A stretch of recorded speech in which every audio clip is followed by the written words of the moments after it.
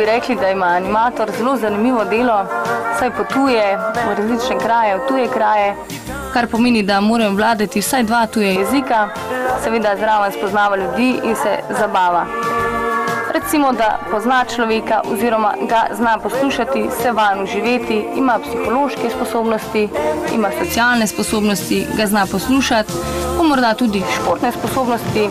Dobro je tudi, da pozna značilnosti kraja, tako da lahko prilagodi animacijo in da poskrbi za najboljšo zabavo, tako da se bodo gosti še z veseljem naslednje leto vrnili nazaj. Dobro je, da je v fizični in psihični kondiciji, kar bi nekako prevedla, da je vzdržljiv. Fino je tudi, da se včasih zna pošaliti malo, sam s seboj tudi, saj tako lahko nastane zelo dobro vzdušje. Pomembno je tudi, da se zna vživeti v človeka, da ve, kaj je tisto, kar v tistem trenutku najbolj užge in pa, da ima velik smisel za humor. Vemo, da je animatorstvo tudi vedno bolj popularno, zato je koristno, ni pa nujno, da ima tisti, ki se pač odloči za upravljanje tega poklica, tudi certifikat. Pomembno je tudi, da je dober organizator, da je diplomat neke vrste, da zna komunicirati z ljudmi, da pozna bonton. Prav pa je tudi, da je komunikativen, da zna dobro govoriti, se izražati, vse te lastnosti lahko nadgrajuje tako, da dela in še enkrat dela, se ob tem zabava, pridobiva lepe izkušnje, nekako samostojno poskrbi za svoje učenje. Lahko pa bi tudi rekli, da se udeleži kakšnega neformalnega izobraževanja in tam pridobi vse primerno, kar je potrebno, da pač postane animator, kot se šika.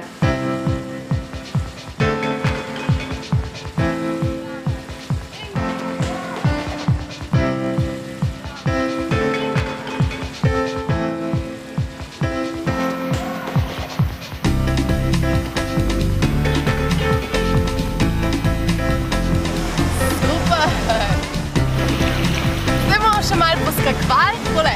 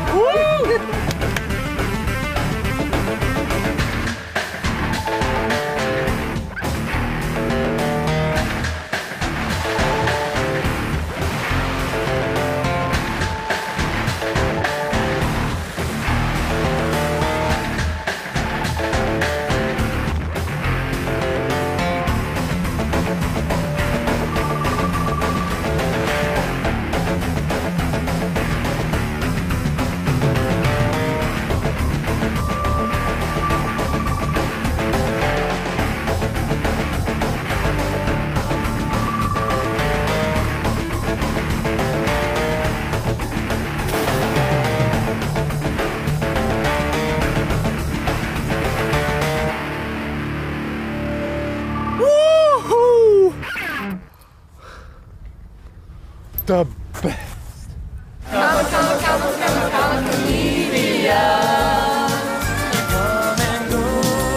Ok, siamo al hip hop. Ok, di nuovo c'è me.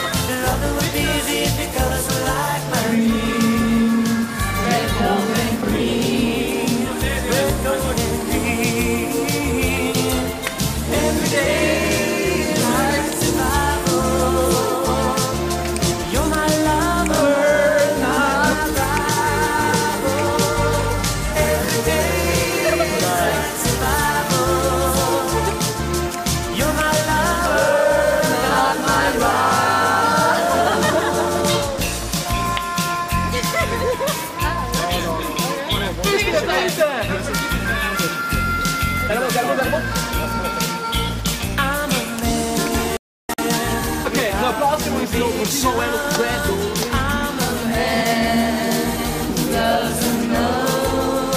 How to sell the contradiction. You come and go. Lui mi muore la vita.